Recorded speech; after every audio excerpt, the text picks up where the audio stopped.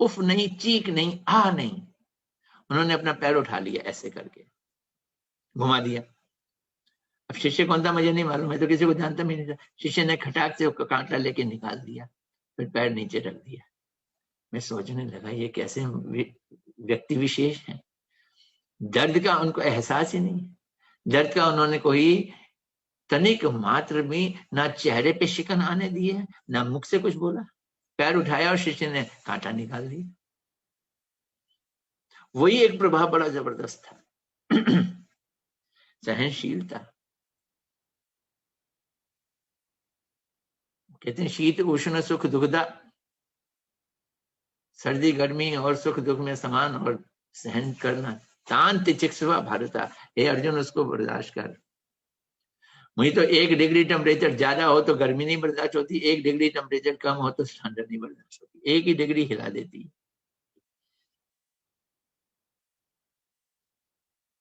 मेरे दिमाग में ये प्रश्न था कि राधा कृष्ण जी का संबंध क्या था।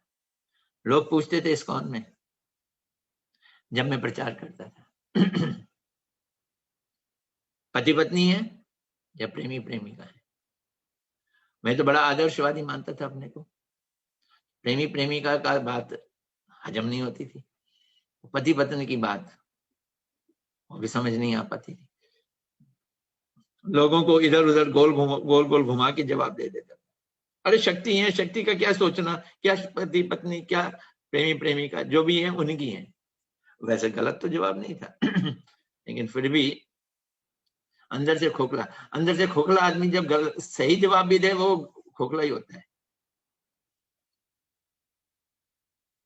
तो गुरुदेव ब्रह्म विमोहन लीला बतला रहे थे, पैदल यात्रा चल रही थी। मैं बड़े ध्यान से सुन रहा था कि जिस समय कृष्ण बन गए ग्वाले, कृष्ण बन गए बछड़े, तो गर्ग ऋषि ने कहा जितनी भी लड़कियां हैं उनकी विवाह कर दो किसी ना किसी ग्वाले के साथ। सबका विवाह हो गया।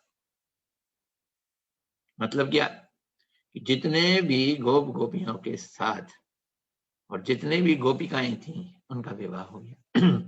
और गोप गोपी कोई गोप अलग नहीं थे, स्वयं कृष्ण ही थे। वाह वाह वाह, दिल खुश किया, बाग बाग हो गया। ये तो पति पत्नी का संबंध है। सारी गोपियां कृष्ण की पत्नी हो गई। महाराज बतला रहे हैं। मैं ऐसा सोचने लगा कि इनका तो आपस में पति पत्नी वाला संबंध है। अब गुरुदेव से एक विचार मिला, जबकि मैं उनको जानता नहीं वो कौन है। यात्रा समाप्त हुई, गुरुदेव चले गए। मैंने नाम तक भी नहीं पूछा, जानने की इच्छा भी नहीं की, अधिकार ही नहीं था। चींटी थोड़ी कभी नारियल के टॉप में चढ़ने की इच्छा करती है या सोचती है, वैसे ही मैं था। ऊपर चढ़ने की सोच ही नहीं सकता था। एक बार गोपाल कृष्ण महाराज, उनके पास में अपनी नई कार लेके गया। कार का नंबर याद है मुझे अभी भी, DVV 838 फिएट कार थी। महाराज जी मुझे कब ऑफिस से कार मिली है। महाराज जी कहते हैं चलो वृंदावन ले चलो। मैं बड़ा खुश कि गोपाल कृष्ण महाराज जी को वृंदावन ले जाऊंगा। एक वैष्णव उनके साथ में कार ड्राइव करके मुझे मथुरा ले गए। बोलते मथुरा चलो। जिंदगी में कार पहली बार मथुरा चली गई। और कहा, श्री केशव जी गौड़िया मठ। मैंने कहा महाराज जी यहाँ क्या है। बोलते यहाँ पूज्य भक्ति वेदांत नारायण महाराज जी रहते हैं, हमारे कोर्ट में केस चल रहा है तो उनकी गवाही की जरूरत है। तब मुझे ध्यान आया, अच्छा ये वही थे जो पदयात्रा में मिले थे। ओ, ये यहाँ रहते हैं। मेरी कार ने आके सबसे पहले गुरुदेव के दरबार पे ढोंक लगाई। ढोंक लगाई समझते हैं, प्रणाम किया। मैं हर चीज को देखता हूं कि ये गुरुदेव ही खींच रहे हैं, मैं थोड़ी कुछ कर रहा हूं। खींचते चले जा रहे हैं। और फिर जब मेरी जगह पता चल गई तो एक बार यहाँ आया मैं, गुरुदेव मिले नहीं, कोई और भक्त था मेरे साथ, और यहाँ भक्तों से बातचीत हुई, बिल्कुल भी फ्रीक्वेंसी मैच नहीं की। हम प्रचार की बात करते थे, वो भजन की बात करते थे। हमें कहता था कि ये लोग भजनानंदी हैं, ये प्रचार का महत्व ही नहीं जानते। इस्कॉन में रहने से एक भूत सवार था कि भक्ति और भजन का मतलब ही है प्रचार। प्रचार को बहुत ही ऊपर स्थान देना अपने में गलत नहीं है, लेकिन खाना खाने के बाद डकार मारो तो फिर डकार माना जाता है ना। ये गुरुदेव के विचार थे कि डकार मारना है, खा के मारो पेट भरे तब, और बिना खाए डकार मारो तो वो आर्टिफिशियल डकार होता है।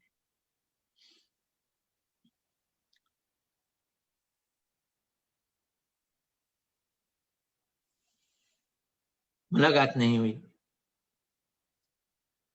क्यूरियोसिटी बढ़ती जा रही थी, उत्सुकता बढ़ती जा रही थी। एक बार कहीं डॉक्टर पुरुषोत्तम के साथ आना हुआ, तब मुलाकात हुई। गुरुदेव कहते थे तुम दोनों की शक्ल मिलती है, कौन रामचंद्र दास है कौन पुरुषोत्तम है, जानना मुश्किल।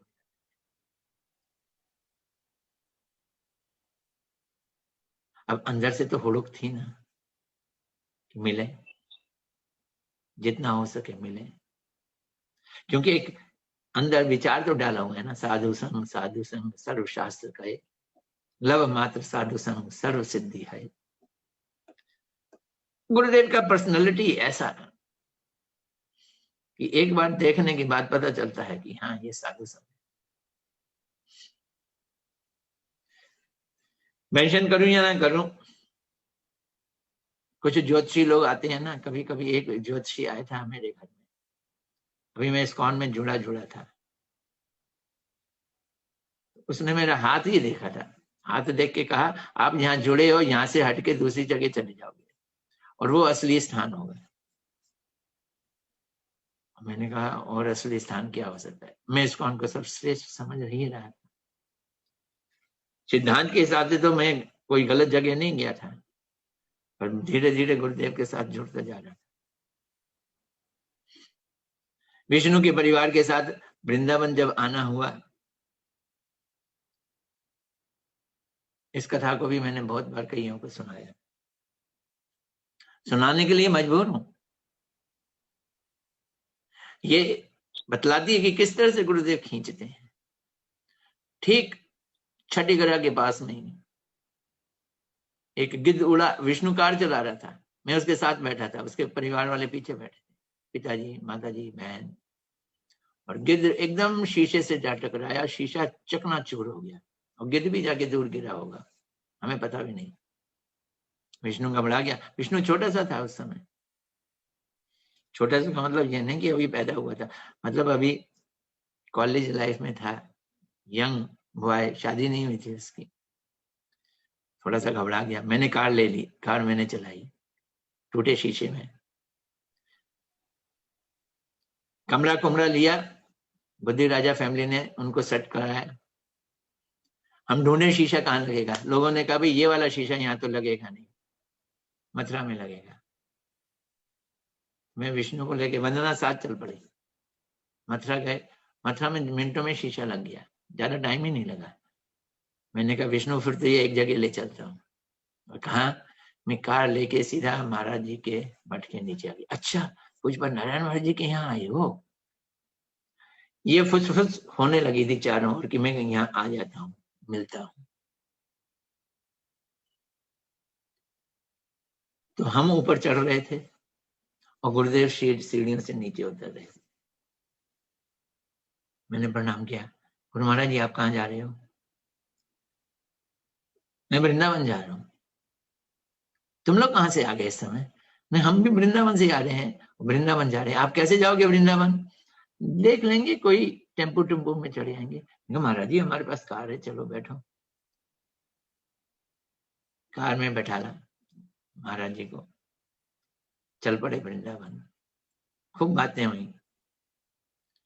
महाराज जी की उस समय जीवन कितना सिंपल देखो तो, 2 जने जा रहे हैं वृंदावन और जाएंगे कैसे? टेम्पो में। फिर हमारे साथ कार में आ गए। इस्कॉन के तमाल कृष्ण महाराज जी थे ना, उनकी भजन कुटीर थी, वहां पे उनको ठहराया गया। महाराज जी वहां ठहरे और वहीं पे बुद्धि राजा विष्णु के माता पिता वो भी गुरुदेव को मिले। और कितना ये संयोग हुआ हमारा। अब यहाँ प्रश्न उठता है, ये संयोग हुआ कैसे? गुरुदेव ने इसके लिए क्लू दिया था।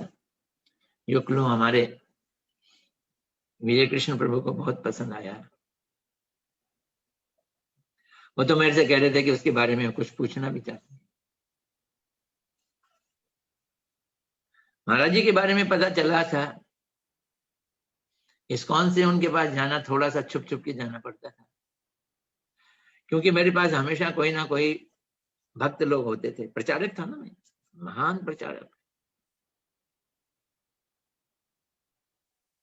बड़ा अभिमान है ये भी, मैं अच्छा गायक, अच्छा प्रचारक, मैं तो ये अभिमान दिखता है और कुछ भी नहीं दिखता। योग्यता हो तो प्रचार अपने आप हो जाता है।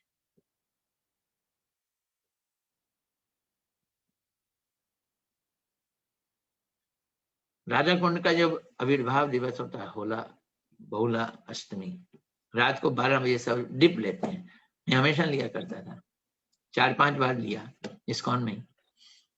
तो जब महाराज जी के करीब हो गया तो लोगों को लेके एक कार में आया, लोगों को वृंदावन उतारा। 12 बजे जाना है राधा कुंड, अभी तो बहुत टाइम है।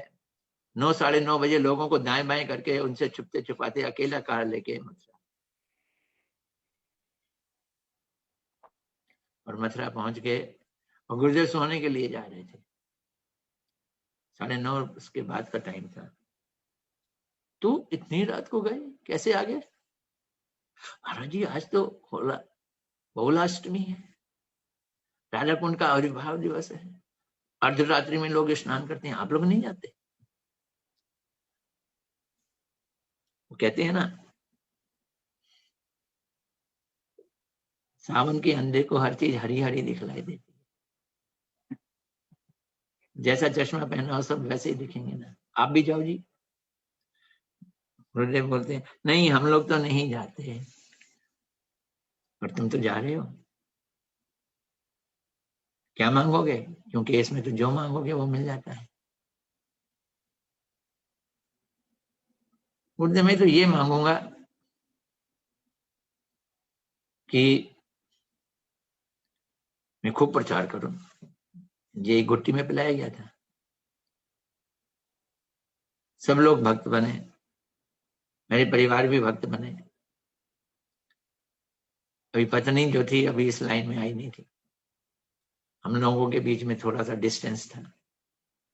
पत्नी इस्कॉन में जाने के कारण बड़ी खफा थी, अलग रहना चाहती थी, अलग हो जाना चाहती थी। परिवार में भी भक्ति आए, जिसको मैं प्रचार करूं वो भी भक्त बने, मैं खूब गुरु सेवा करूं, ऐसे कई सारे मैंने अपनी चाहनाएं प्रस्तुत की। गुरुदेव बोलते हैं वाह भाई वाह, एक गोता और इतनी इच्छाएं। फिर उन्होंने वो बताया मुझको, जब मैंने पूछा कि मैं क्या मांगू, बोलते हैं एक अंधा था, माता पिता अंधे थे, और लड़के की प्यार हो गया जमींदार के साथ, जमींदार की बेटी के साथ। वो गरीब बहुत था, शिव जी उसको एक वरदान देना चाहते थे, शिव जी को खुश कर दिया था। फिर वैष्णव, गौड़िया वैष्णव के पास आया, उन्होंने एक वरदान बोला, अच्छा ये वरदान मांग ले। तो उसने वरदान मांगा कि ऊंचे राजमहल में मेरे माता पिता अपने पोते को थाली के सोने की थाली में खाता हुआ देखें। एक ही स्ट्राइक में सारे, हम कैरम बोर्ड खेलते थे ना, कई लोग फर्स्ट स्ट्राइक में 5-6 गोटियां ले लेते थे, ऐसे ही एक ही स्ट्राइक में 3 गोटियां डाल दी। शिव जी कहते हैं किसी वैष्णव को मिलके आया होगा, गुरुदेव सुना रहे हैं, जा उस वैष्णव को समर्पित हो जा। मैंने कहा गुरुदेव मेरी भी तो स्ट्राइक बताओ ताकि मैं गोटियां मेरी मिल जाए। बोलते स्ट्राइक ये है कि एक ही चीज मांगो, मुझे शुद्ध रसिक वैष्णवों का संग मिले। वाह, मैंने इस चीज को अपने गांठ में बांध लिया, शुद्ध रसिक वैष्णवों का संग मिले। मैं दंडवत प्रणाम करता था जब भी, जहां भी, जब मैंने राधा कुंड में गोता लगाया था तब भी यही कहता था, मुझे शुद्ध रसिक वैष्णव का संग मिले। मन में एक टीस उठने लगी, सच्ची बात बतला रहा हूं मैं। इस्कॉन में मेरा इतना प्रचार का व्हिर्लपूल था, घुमेरी थी, मैं नौकरी भी करता था और 7 दिनों में 6 दिन कहीं ना कहीं मेरे लेक्चर होते थे। सोमवार को पंजाबी बाग मंदिर में, मंगलवार को यमुना पार ट्रांसडेंटल, ट्यूसडे ट्रांस यमुना प्रोग्राम, बुधवार खाली था, वीरवार को हमने पश्चिम दिल्ली में एक श्रद्धा कुटीर करके प्रोग्राम रखा था, फैमिली प्रोग्राम। 7-8 बजे शुरू करते थे, 9-10 बजे तक चलता था। कश्यप जी उसमें कीर्तन गाते थे। ये बुद्धि राजा फैमिली वगैरह 15-20 फैमिलीज इन्वॉल्व थी। शुक्रवार को भी कहीं प्रोग्राम होता था, मैं याद नहीं आ रहा। शनिवार को पंजाबी बाग मंदिर में प्रोग्राम है, शनिवार को पंजाबी बाग मंदिर में प्रोग्राम, सोमवार को IYF रोनी नंदन के घर में युवा पीढ़ी का प्रोग्राम, और संडे को ईस्ट ऑफ कैलाश में प्रोग्राम। इतने प्रोग्राम होते थे। पहले तो नशा था उसका, लेकिन जब से गुरुदेव को मिला और उनकी कुछ कथाएं सुन डाली तो मेरे को मन में होता था कि दुनिया की, विश्व की सबसे महत्वपूर्ण और महान कथाएं मथुरा में हो रही हैं, और उससे सुनने की बजाय यहाँ मैं अपनी बड़बड़ बोल रहा हूं। मैं कितना गया गुजरा हूं। एक खिंच होती थी कि मैं सुनूं। अंदर से प्रार्थना शुरू हो गई कि मुझे शुद्ध रसिक वैष्णव का संग मिले। ये हो गया। क्या हो गया? कार के कांच, शीशा टूट गया। किसने तोड़ा? ये गुरुदेव के पास जाने की मेरी जिंदगी की कहानी, गुरुदेव की कृपा। शीशा टूटा, विष्णु बुद्धि राजा फैमिली और नजदीक आ गए। बुद्धि राजा जी ने कहा आप दिल्ली में हमारे घर में ठहरिए। वास्तव में कोई अधिक स्थान नहीं था गुरुदेव का दिल्ली में ठहरने के। रमेश नगर एक परिवार के पास जाते थे। बुद्धि राजा जी के गए मेरे घर के पास। अब मैं बुद्धि राजा जी के घर में ही जब तक गुरुदेव वहां बैठा रहता था। जितना मैं प्रार्थना कर रहा हूं मुझे शुद्ध रसिक वैष्णव का संग मिले, उतना ही अपने आप गुरुदेव का संग मिलना शुरू हो गया। पत्नी अलग जाके रहने लगी तो मैंने उसको फोन करके कहा कि मैं पूज्यपाद श्रील भक्तिवेदांत नारायण गोस्वामी महाराज जी से मिला हूं, मिलना है? राजी हो गई। इस्कॉन के लोगों से तो राजी नहीं थी, उनसे मिल गई। उसके बाद व्यास पूजा का दिन आया। वेद व्यास जी की जो व्यास, जिसे गुरु पूजा के नाम से सारी दुनिया जानती है। मैं पत्नी को लेके कार में मथुरा गया। वो फिर मिलने के लिए तैयार हो गई। मुझे बोलती है कि मैं लड्डू गोपाल जी लाऊंगी सेवा करने के लिए। तब तक मैं समझ गया था कि गुरुदेव का मूड क्या है। वो कैसे, जब वो बुद्धि राजा जी के घर में आए थे तो मैंने उनको कहा कि राधा जी और कृष्ण तो पति पत्नी है ना। बड़ी जबरदस्त डांट लगाई उन्होंने। किसने कहा तुमको, कहाँ हुआ विवाह? मैंने कहा आपने कहा था। मैंने पद यात्रा में सुना था कि सारी गोपियों की शादी हो गई कृष्ण के साथ है। वो फिर माँ बाप ने, राधा जी के माँ बाप ने कन्यादान किया था? तो नहीं किया। क्या वो विवाह के बाद ससुराल नंदगांव गई थी? वो भी नहीं गई थी। फिर कौन कौन सा हो गई शादी, कौन सा विवाह हो गया? ये तो उन लोगों को लिए जो मर्यादा में बहुत डूबे रहते हैं, उनको समझाने के कि राधा कृष्ण का संबंध, गोपियों का कृष्ण का संबंध गलत नहीं है। जीव गोस्वामी जी ने एक उदाहरण दिया है। लेकिन ब्रज में कृष्ण का किसी से भी विवाह नहीं हुआ, वो सब छुप छुप के मिलती हैं। ये पर के अभाव है।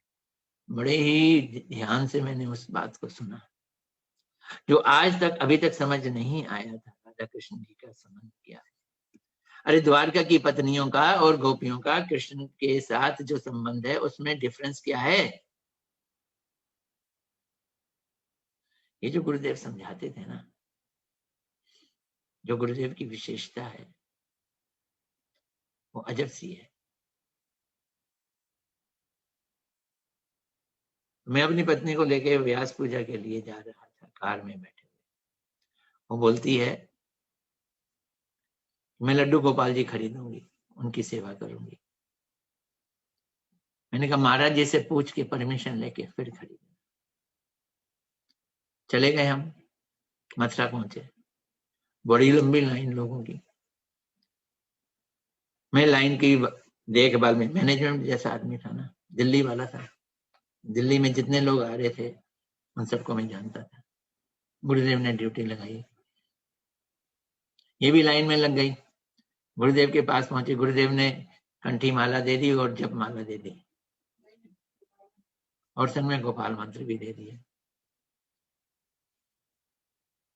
ये एक चीज से बड़ी नफरत करती थी इस्कॉन में, जो मेरे साथ घटना घटित हुई कि मेरी दीक्षा हो गई।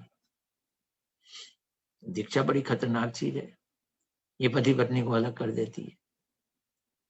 तो जब ये बाहर निकली तो सबने मुबारक हो तुम्हारी दीक्षा हो गई। दीक्षा से तो ये एलर्जिक थी, लेकिन बाद में धीरे धीरे सेट हो गई, वो एलर्जी दूर हो गई। फिर इसने शाम को पूछा मैं लड्डू गोपाल ले लूं? लड्डू गोपाल क्या करेगी? बेटा बना के पूजना चाहती है या गोपियों की तरह पूजा करनी चाहती है, प्रेमिका बनना चाहती है? इसके दिमाग में एकदम गोपियों वाला भाव की बात आ गई। हम सब के सामने 1 मिनट में गुरुदेव ने लड्डू गोपाल जी का वात्सल्य वाला भाव एकदम वाइप ऑफ कर दिया और गोपियों वाला भाव, बस राधा कृष्ण की फोटो रखना, राधा जी की सेविका बनना है। ये तो मैंने अपने घर में देखा किस तरह से। और मेरा तो इस मार्ग की ओर लाने में जो क्रमबद्ध प्रोग्रेस है, 54 में जन्म देना, फिर मथुरा में सुकृतियां पैदा करना, फिर धीरे धीरे इस्कॉन में आना। मैं वाया इस्कॉन गुरुदेव के पास आया। ये सारी की सारी चीजें, ये सारी प्लानिंग दिखती है, गुरुदेव की प्लानिंग दिखती है। मैंने किसी चीज के लिए भी मेहनत नहीं की, इस्कॉन में आने की भी मेहनत नहीं की, गुरुदेव के पास आने की भी मेहनत नहीं की। अपने आप गुरुदेव इन सब परिस्थितियों में, जैसे कुम्हार मिट्टी लेता है, मिट्टी को फिर वो गीला करता है, उसमें से कंकड़ पत्थर निकालता है, फिर उसे चाक पे रखता है, फिर मटका बन। मिट्टी का अपना क्या रोल है उसमें? वो मटका बन जाती है, फिर उसे तपाता भी है और तपा के लाल कर देता है और वो फिर मटका तैयार हो जाता है। ऐसे ही गुरुदेव ने परिस्थितियों के द्वारा मेरे भक्ति का इस मटके को तैयार किया। वो दिन थे जब मैं गुरुदेव के पास खिंचता चला गया। गुरुदेव के ही इंस्ट्रक्शंस पे। इंस्ट्रक्शंस क्या? हमेशा शुद्ध रसिक वैष्णव का संग मांगो। उस इंस्ट्रक्शंस के कारण बुद्धि राजा फैमिली के यहाँ गुरुदेव का आना शुरू हुआ। फिर परिक्रमा आई, मैंने परिक्रमा ज्वाइन की, गुरुदेव की ब्रजमंडल परिक्रमा। परिक्रमा के ज्वाइन करने के साथ इस्कॉन में मेरा एक ऐसी छवि बन गई कि मैं उनके पास चला गया हूं। तो इस्कॉन में मेरा बहिष्कार होना शुरू हो गया। मैंने ऐसा कुछ गलत काम नहीं किया, लेकिन बहिष्कार ये भी होनी और अच्छी बात है। हर चीज एक जगह स्थिर बन के नहीं रहती है। बहता गंगा जी का पानी कोई एक घाट पे जाके थोड़ी खराब हो जाता है। प्रगति अपना टाइम लेती है। ऐसे ही धीरे धीरे धीरे धीरे मैं आगे बढ़ा।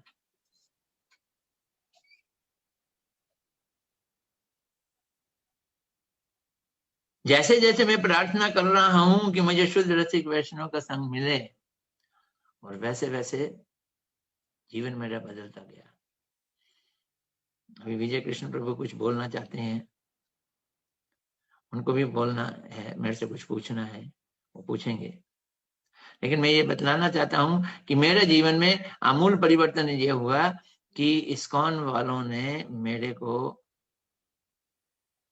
माइक छीन लिया, प्रचार रोक दिए, और अब मैं रोज नहीं तो हफ्ते में 4 बार पास बना के ट्रेन से मथुरा से, दिल्ली से मथुरा चला जाता था। और जो मेरी एक हसरत थी ना कि दुनिया की सबसे बड़ी क्लास यहाँ हो रही है जो मैं सुन नहीं पा रहा, उसको मैं सुना करता था।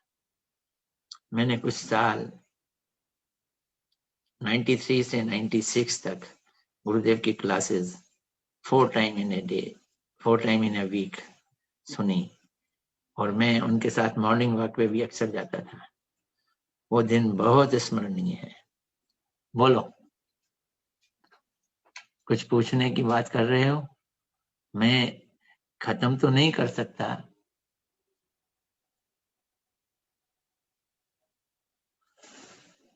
मेरे पास बहुत सारी चीजें हैं। टाइम है, टाइम है आपको एक कविता आपको सुना दूं? विजय कृष्ण, आधा मिनट, बस आधा मिनट। नहीं नहीं, टाइम है फिर प्रभु जी, जोर से 9:30 बोलना, तक मुझे है, सुनाई नहीं दे रहा। 9:30 तक है, हैं? 9:30 तक टाइम है, 9:30, 9:30। अच्छा, 9:30 तक का टाइम है। हाँ, अभी आधा घंटा बोलिए और बोलिए है। बोलिए। हाँ हाँ, खूब टाइम है, खूब टाइम है, कोई चिंता नहीं, टाइम है। बोलिए बोलिए। फिर ठीक है।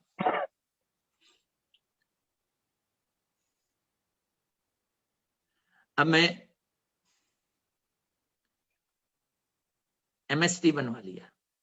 MST समझते हो? पास ट्रेन का,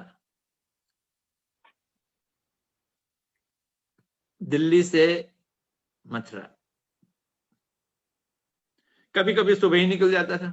ताज में एक 12 बजे ट्रेन जाती थी, फिर या उसमें जाता था।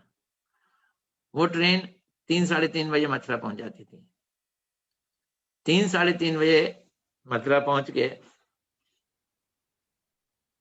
गुरुदेव बाहर आ जाते थे 4 साढ़े 4 बजे, प्रणाम करना। 6 बजे क्लास होती थी, क्लास सुनना। 7:30 पौने 8 बजे ताज वापस जाती थी, भाग के ताज पकड़ना, या फिर रात को रुक जाना, और सुबह गुरुदेव के साथ मॉर्निंग वॉक में जाना। मॉर्निंग वॉक एक ऐसा समय था जब मैं होता था, पुरंदर प्रभु होते थे, गुरुदेव होते थे, कभी कभी तो माधव महाराज जी भी नहीं होते थे, यानी नवीन कृष्ण प्रभु भी नहीं होते थे। तीनों चारों लोग होते थे हम बस। और गुरुदेव रुक रुक के कई बार बहुत सारी बातें किया करते थे। और उस समय मस्तिष्क में एक बहुत बड़ा हलचल थी, बहुत बड़ी हलचल थी। मैं इस्कॉन को छोड़ के आ रहा हूं, कहीं मैं गुरु अवज्ञा तो नहीं कर रहा। वहां मैंने दीक्षा ले रखी है, मैं यहाँ आ रहा हूं, गलत तो नहीं कर रहा। ये मन में एक बहुत बड़ा, जिसे कहते हैं सैलाब था, आंधी तूफान था, समझ नहीं आती थी। जो कर रहा हूं वो अच्छा लगता था, कहीं उसका खतरनाक परिणाम तो नहीं है। और गुरुदेव ने बहुत प्यार से धीरे धीरे धीरे धीरे वहां से अलग किया, खींच के नहीं किया, फाड़ा नहीं। जैसे टिकट लिफाफे पे चिपकी हो तो उसे खींच के फाड़ दो तो टिकट भी फटेगी, लिफाफा भी फटेगा। टिकट के ऊपर पानी डाला, टिकट के ऊपर स्टीम लगाई, उसके अंदर से सारी ग्लू खत्म की, जब वो एकदम लिफाफे से अलग हो गई तब अलग कर दी। एक दिन बोले तू रोज आ जाता है, तो ये मालूम है?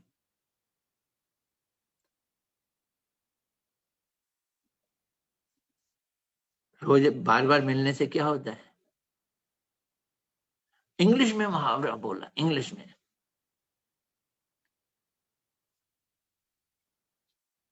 Contempt, familiarity breeds contempt.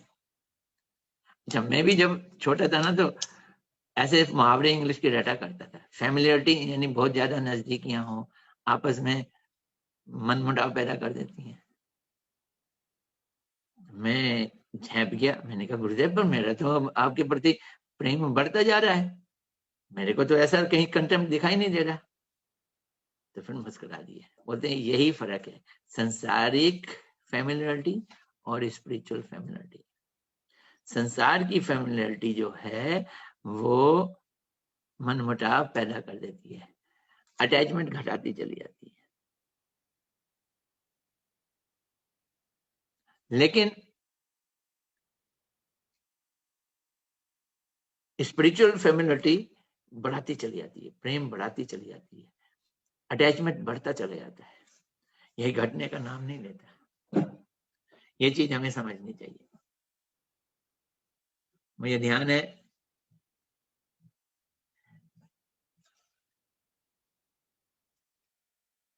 एक बार गुरुदेव चलते चलते रुक गए। आज भी मैं उनका एक लेक्चर सुन रहा था, मुझे उनकी पुरानी वो जीवनी बात याद आ गई। दिल्ली के भक्तों के संग एक समस्या आ गई। जैसे गुरुदेव बुद्धि राजा फैमिली में आए, मेरे साथ भी संपर्क बना, बहुत सारे दिल्ली के लोग गुरुदेव के पास टपक टपक के गोदी में आ गए।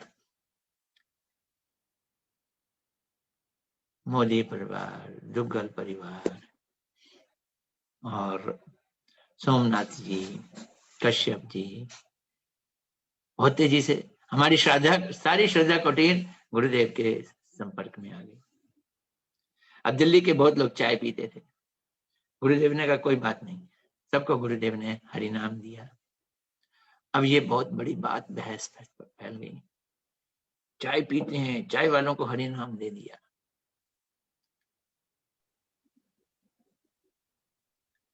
और निंदा करते थे, गुरुदेव की निंदा करते थे। तो सुबह सुबह पार्क में हम चल रहे थे, तो चलते चलते गुरुदेव ऐसे ही बोले मुझको, अच्छा मैं सन्यास से गिर जाऊं, किसी स्त्री के प्रति आसक्त हो जाऊं, तो मेरा भक्ति का कितना पतन होगा बताना। तो मैं तो कांप गया गुरुदेव का ये बात सुन के, कितना पतन होगा। मैं तो कह नहीं सकता कि गुरुदेव कहना क्या चाहते हैं। मैं खामोश, कुछ भी नहीं होगा, मेरा कोई पतन नहीं होगा, भक्ति रुक जाएगी। लेकिन मैं अगर रूप गोस्वामी जी, नारद जी की, वैष्णवों की निंदा करनी शुरू कर दूं और सन्यासी रहूं, चाय भी नहीं पीऊं, कॉफी भी नहीं पीऊं, बताओ, भक्ति खत्म, खाली ढांचा ही रह जाएगा, अंदर की भक्ति उड़ जाएगी। आज भी मैं उनका लेक्चर सुन रहा था, निष्ठा पे आया हुआ था, गुरु निष्ठा पे, बहुत सुंदर बोल रहे थे। गुरुदेव ने कहा अगर एक सन्यासी है, उसके मुकाबले वो आदमी बहुत अच्छा है जो बीड़ी पीता है, भगवान का नाम ले रहा है, साधु संग कर रहा है और ये कह रहा है हाय हाय मेरे से बीड़ी छूटती नहीं है, लेकिन वो सन्यासी है और दुराचार कर रहा है, निंदा कर रहा है, वैष्णव की निंदा कर रहा है और अपने को बहुत महान समझता है, अभिमान के शिखर पे चढ़ा हुआ है, वो अपराधी है और इससे भी वो गया गिर रहा है। गुरुदेव ने हमारे अंदर ये कूट कूट के भरा था, नम्रता, विनम्रता और वैष्णव अपराध। वैष्णव अपराध से बचना है। चाय कॉफी पी लेने से भक्ति नहीं जाएगी, लेकिन वैष्णव का अपराध करने से भक्ति चली जाएगी। बड़ी सुंदर ये बात बतलाई। पर अब मन में वो तूफान अभी भी कि क्या किया जाए। खुद गुरुदेव के यहाँ के कुछ लोग भक्त, हमारे गुरु तो गोपाल कृष्ण महाराज जी, उन्हीं का प्रणाम मंत्र पढ़ना चाहिए, उन्हीं की फोटो, उन्हीं की पूजा करो। अब पूजा किसकी की जाए? वो राजस्वी यज्ञ में पहली पूजा किसकी की जाए वाली समस्या, यही मेरी समस्या।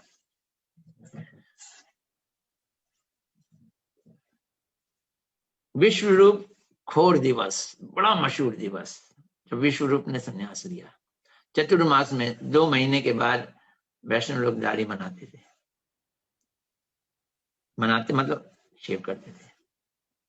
बहुत बहुत ऊंचा उस समय उत्सव होता था मथुरा में, क्योंकि परम गुरुदेव का वही दिवस संन्यास दिवस था। तो मेरे ख्याल है श्री स्वामी महाराज जी ने उसी समय संन्यास लिया था, मुझे अभी याद नहीं है। इस्कॉन के सारे बड़े बड़े लोग, तमाल कृष्ण महाराज, गिरिराज स्वामी, सब आए हुए थे। हॉल खचाखच भरा हुआ था, मैं भी वहां पे था। गुरुदेव ने एक ऐतिहासिक लेक्चर दिया, बड़ा जबरदस्त ऐतिहासिक लेक्चर, और वो लेक्चर का आधार था भागवतीय परंपरा। भागवतीय परंपरा क्या है? उन्होंने श्री भक्ति सिद्धांत सरस्वती ठाकुर प्रभुपाद जी का कोट किया। अच्छा, तो हमारी जो परंपरा है गुरु शिष्य परंपरा, ये शिष्य परंपरा है या भागवती परंपरा है?